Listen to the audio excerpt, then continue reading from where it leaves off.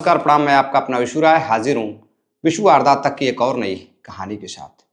साथियों, आज जो मैं कहानी आपको सुनाने जा रहा हूँ, यह कहानी आपको हैरान करके रख देगी। कहानी ही कुछ ऐसी है, आप सुनने के बाद भी शन रह जाएंगे। दरअसल साथियों, मैं बात कर रहा हूँ उत्तर प्रदेश के बदायूं की।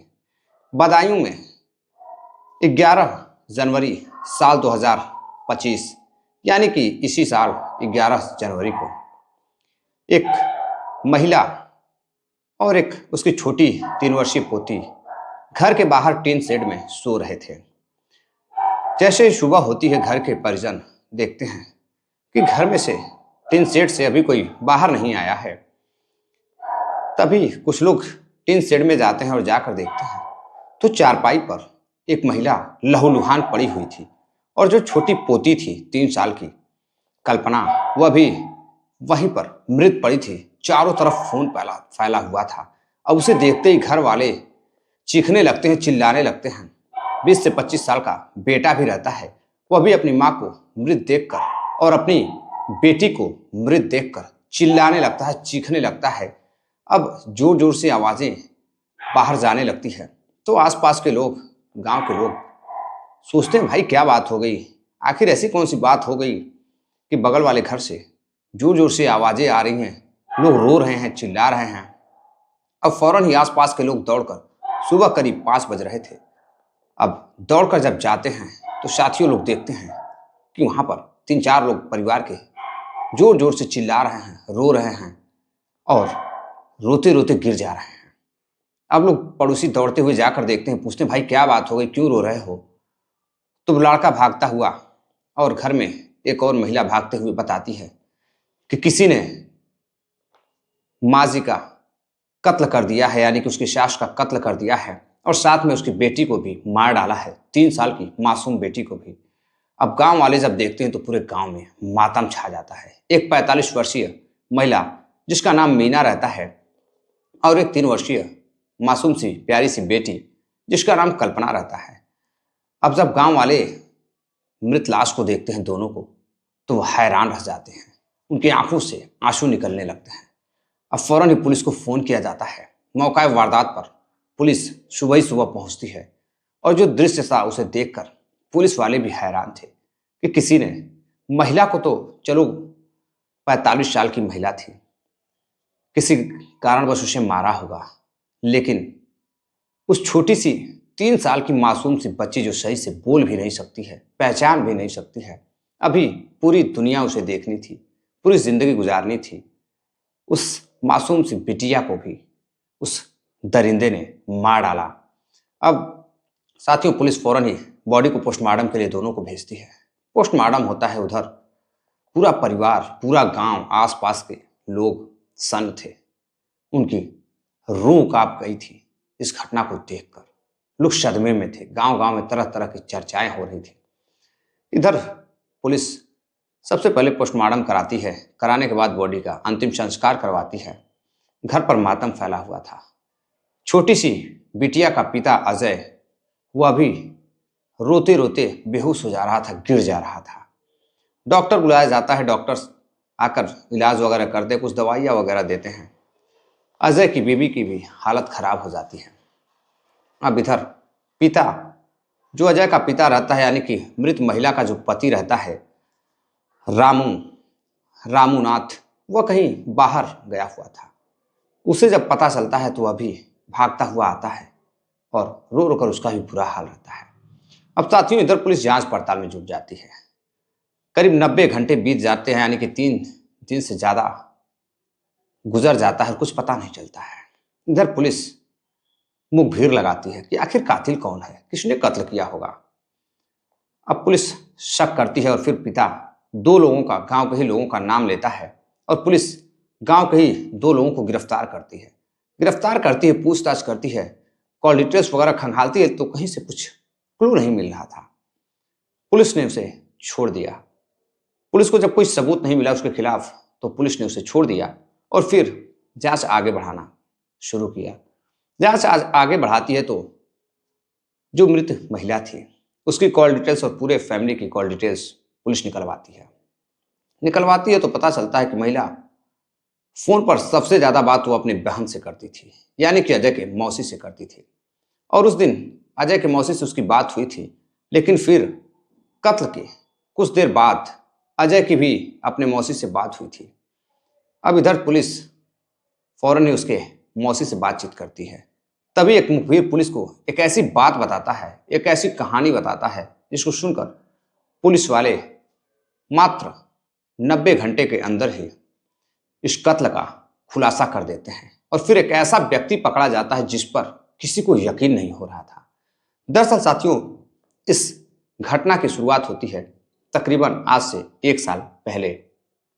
1 साल पहले यानी कि एक बदायूं में एक थाना लगता है आलापुर। आलापुर के पास एक जगह लगती है हयात नगर। हयात नगर में एक परिवार बेहद हंसता खेलता रहता है। हयात नगर क्षेत्र का ही रहने वाला एक व्यक्ति जो घर का मुखिया रहता है, जिसका नाम रहता है रामूनाथ। रामूनाथ पेशे से ट्यूबवेल वगैरह लगाने का काम करता था, बोरिंग वगैरह करने का काम करता था। वह 2-4 मजदूर लेकर बोरिंग वगैरह हमेशा इधर उधर किया करता था। अब इधर साथियों, जो उसकी बीवी थी वह घर पर अक्सर घर में ना सोकर बाहर अपने पोती के साथ सोती थी। अब अजय की भी शादी हो चुकी थी, उसकी भी बीवी थी। समाज में काफ़ी अजय की भी इज्जत थी। अजय काफ़ी मेहनती इंसान था। अक्सर अपनी पत्नी अपने परिवार के साथ समय व्यतीत करता था। गांव में लोगों के पास बैठता था। गांव में लोग उसकी इज्जत करते थे। लेकिन कहीं से वह एक दिन गांव में एक बात सुनता है। जब बात सुनता है तो बड़ा हैरान होता है और फिर वह परेशान होने लगता है। अब एक दिन घर पर जब वह रात में सो रहा था तो उसकी माँ बाहर जाकर टिन शेड में सोती है और अपने पोती को भी साथ में लेकर सो रही थी। अजय जाकर कहता है कि माँ, घर में चलकर सो जाओ, बाहर क्यों सो रही हो। कहती है कि ठीक है, मुझे यहाँ अच्छा लगता है। यहाँ जो चीज़ें हैं, जो सामान है, जो पशु वगैरह हैं, मैं उनकी रखवाली करूँगी। एक काम करो, तुम घर पर जाकर सो जाओ। तो वह आराम से वहाँ सोने लगती है। लेकिन फिर एक दिन एक लड़का रात में उधर से गुजरता है। जब उधर से गुजरता है तो वह देखता है, गांव का ही रहने वाला लड़का, कि कोई व्यक्ति उसकी माँ के पास टिन शेड में गया हुआ है और फिर कुछ समय व्यतीत कर रहा है। अब वह छुप कर देखता है, लेकिन अंधेरे में व्यक्ति तो दिखाई देता है, लेकिन कौन था ये पहचान नहीं हो पाती है। अब वहां से वह गांव में जाकर शोर कर देता है कि अजय के माँ का किसी के साथ अफेयर चल रहा है, नाजायज संबंध है। अब तरह तरह की चर्चाएं होने लगती है। अब लोग बार बार बुरी नज़रों से उस महिला को देखने लगते हैं। अजय को भी गिरी नज़रों से देखने लगते हैं कि अजय की माँ 45 साल की उम्र में ऐसी हरकत कर रही है। अब कहीं से अजय को भी पता चल जाता है किसी के माध्यम से कि उसकी माँ का किसी के साथ नाजायज संबंध है। वह गांव में भी एक लड़के से झगड़ा कर बैठता है कि ऐसा कुछ नहीं है, मेरी माँ तो घर में लोगों के साथ सोती है। लेकिन फिर परिवार वाले भी शक करने लगते हैं, क्योंकि बार बार जब मीना को मना किया जा रहा था तो मीना अपने घर में ना सोकर वो बार बार टिन शेड में ही जाकर सोती थी। लड़का भी मना करता था, वो भी काम धाम बाहर जाकर मेहनत मजदूरी करता था। जब भी घर पर आता था तो माँ से कहता था कि माँ, एक काम करो, तुम घर में ही सो, तुम्हारी उम्र हो चुकी है, तुम बाहर क्यों जाती हो।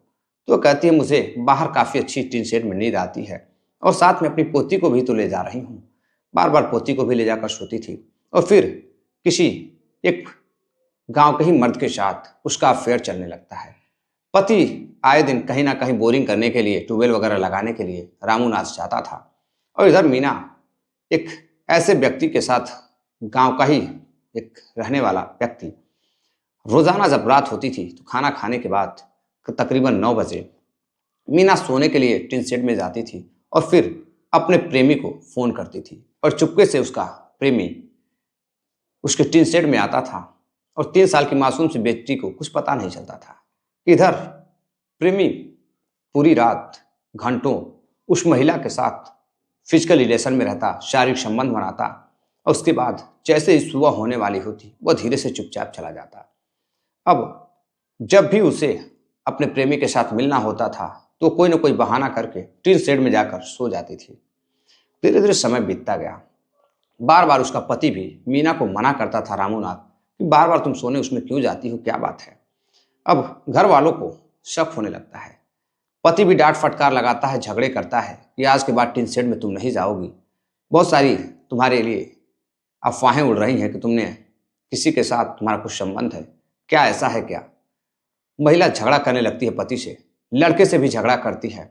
फिर एक बात का थी, जो महिला थी मीना, वो अपने रिलेशन के बारे में, संबंधों के बारे में सारी बात अपनी बहन से भी शेयर करती थी। यानी कि कहीं ना कहीं उसकी माँ के जैसी उसकी बहन का भी चाल चलन था। उससे शेयर करती थी, अजय की मौसी से सारी बात एक दूसरे में शेयर होती थी। जो मीना करती थी उस प्रेमी के साथ, कब मिलती थी, क्या करती थी, सारी बातें उसकी मौसी को से बातें वो करती थी। यानी कि हकीकत मौसी को पता थी। घर वालों को जब हकीकत पता चलती है कि कहीं ना कहीं किसी से संबंध है, लड़का अपनी माँ पर शक नहीं करता था, लेकिन पूरा परिवार मीना को बुरी नज़रों से देखता था, गिरी नज़रों से देखता था। लोग झगड़ा वगैरह करते थे कि कहीं ना कहीं टीन शेड में सोती है, लेकिन जब परिवार टीन शेड में जाता था तो वहाँ कोई मिलता नहीं था, वो पीछे के रास्ते से निकल जाता था। अब बार बार परिवार मीना को मना करता है कि आज टीन शेड में मत जाओ, घर पर रहो, लेकिन वह नहीं मानती है। अब 11 जनवरी की वो खौफनाक रात, अजय घर पर रहता है और माँ जब खाना खाने के बाद रात्रि को सोने के लिए जाती है तो अजय कहता है कि आज बेटी को मत लेकर जाओ, इसको यहीं रहने दो, कल्पना को मेरे पास रहने दो। लेकिन मीना कहती है कि नहीं, मैं पोती को लेकर जाऊंगी, अकेले मैं नहीं सोऊंगी, मैं इसको लेकर जाती हूँ, रात भर मैं इसका ख्याल रखती हूँ, ये मेरी प्यारी बेटी है, मैं इसको हमेशा अपने साथ रखूंगी। अब यह शब्द कहती है और फिर खाना खाने के बाद साथियों वह पहुंचती है टीन शेड में और टीन शेड में जाकर आराम फरमाती है।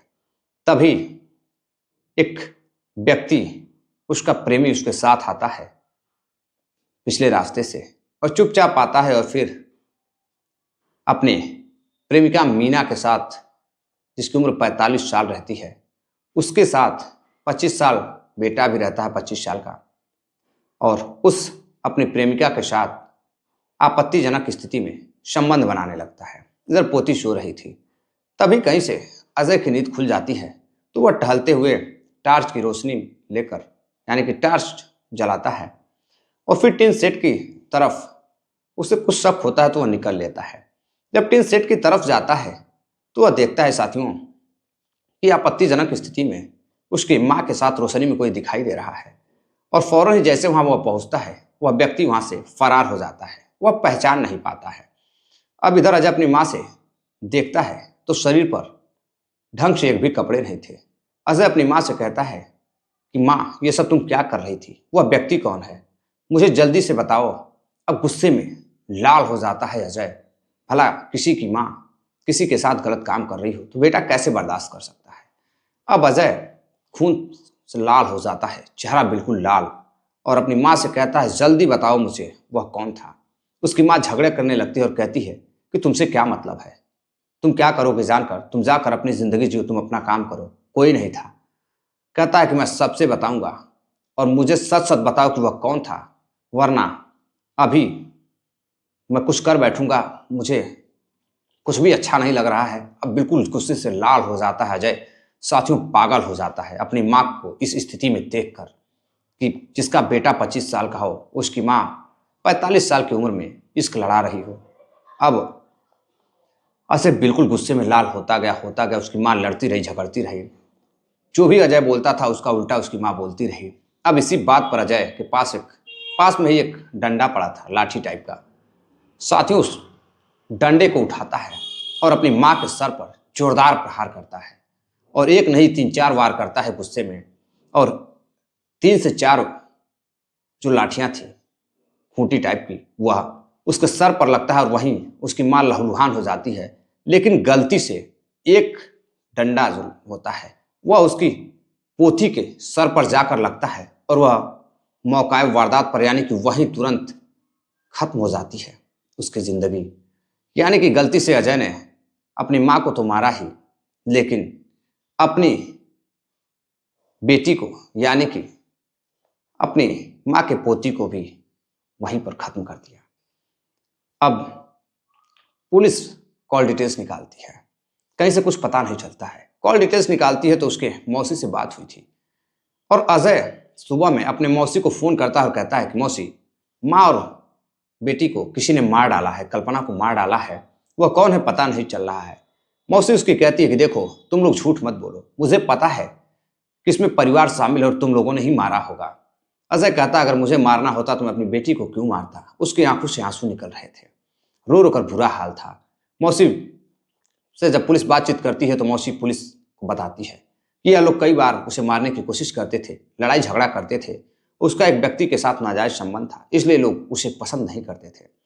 अब इधर पुलिस अजय को गिरफ्तार करती है और गिरफ्तार करती है और गांव वाले हैरान थे कि आखिर पुलिस बेटे को क्यों गिरफ्तार कर रही है, अजय को क्यों गिरफ्तार कर रही है। उसका 3 साल का मासूम सी बेटी की मौत हुई है, वो तो सदमे में था। अब पुलिस जब उसे गिरफ्तार करती है तो पूछती है कि सच सच बता दो, हकीकत क्या है। दोबारा पुलिस पूछने की कोशिश भी नहीं करेगी।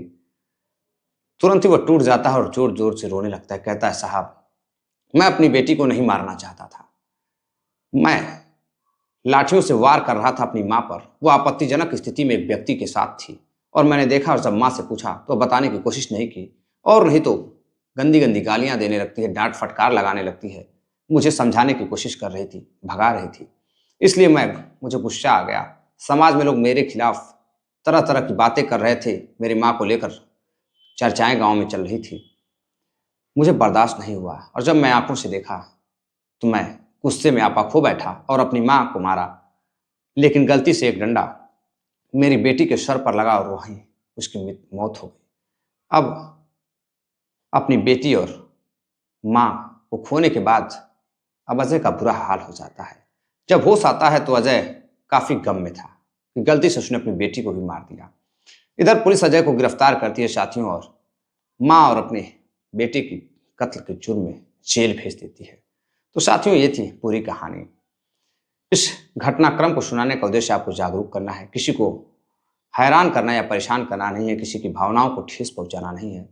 साथियों, कमेंट कर जरूर बताइएगा किस घटना में कमी कहाँ थी, गलती किसकी है।